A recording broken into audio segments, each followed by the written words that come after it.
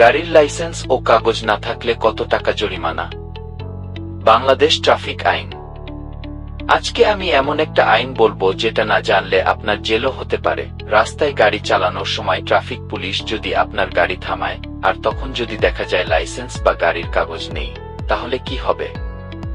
অনেকেই জানেন না, বাংলাদেশের নতুন সড়ক আইনে বিভিন্ন কাগজ না থাকলে বড় অঙ্কের জরিমানা হতে পারে।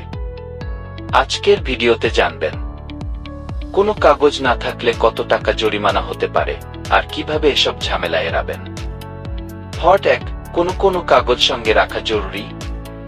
গাড়ি চালানোর সময় সাধারণত যেসব কাগজ গুরুত্বপূর্ণ: ড্রাইভিং লাইসেন্স, গাড়ির registration, fitness certificate, tax token, insurance যদি প্রযোজ্য হয়।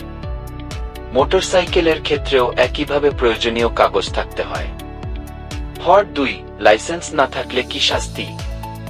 যদি বৈধ ড্রাইভিং লাইসেন্স ছাড়া গাড়ি চালান, জরিমানা হতে পারে, মামলা হতে পারে, গুরুতর ক্ষেত্রে জেলও হতে পারে, কারণ লাইসেন্স ছাড়া গাড়ি চালানো আইনত অপরাধ।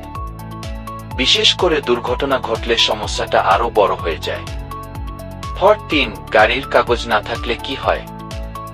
যদি গাড়ির রেজিস্ট্রেশন, ফিটনেস বা ট্যাক্স টোকেন না থাকে, ট্রাফিক পুলিশ গাড়ি আটকাতে পারে, জরিমানা করতে পারে, আইনগত ব্যবস্থা নিতে পারে। আর যদি কাগজ মেয়াদোত্তীর্ণ হয় তাহলেও সমস্যা হতে পারে। অনেকেই মনে করেন কাগজ বাসায় আছে কি বললেই হবে, কিন্তু বাস্তবে পুলিশ বৈধ কাগজ দেখতে চাইতেই পারে। পার্ট 4, মোবাইলে ছবি থাকলে হবে। অনেকে এখন কাগজের ছবি মোবাইলে রাখেন। কিছু ক্ষেত্রে এটি সহায়ক হতে পারে, তবে সবসময় সেটি গ্রহণ করা হবে এমন নিশ্চয়তা নেই। তাই সম্ভব হলে মূল কাগজ বা বৈধ ডিজিটাল কপি সঙ্গে রাখাই নিরাপদ। পার্ট 5, কিভাবে জরিমানা এড়াবেন? সময়মতো লাইসেন্স নবায়ন করুন, ফিটনেস ও ট্যাক্স আপডেট রাখুন, গাড়ির প্রয়োজনীয় কাগজ সাথে রাখুন, ট্রাফিক আইন মেনে চলুন, পুলিশকে সম্মান দিয়ে কথা বলুন। মনে রাখবেন, সচেতন থাকলে অনেক ঝামেলাই এড়ানো সম্ভব। রাস্তার নিরাপত্তা শুধু পুলিশের দায়িত্ব না, আমাদেরও দায়িত্ব আইন মেনে চলা। ভিডিওটি ইনফরমেটিভ মনে হলে লাইক দিন, আর এমন আরো আইন সম্পর্কিত ভিডিও পেতে সাবস্ক্রাইব করুন।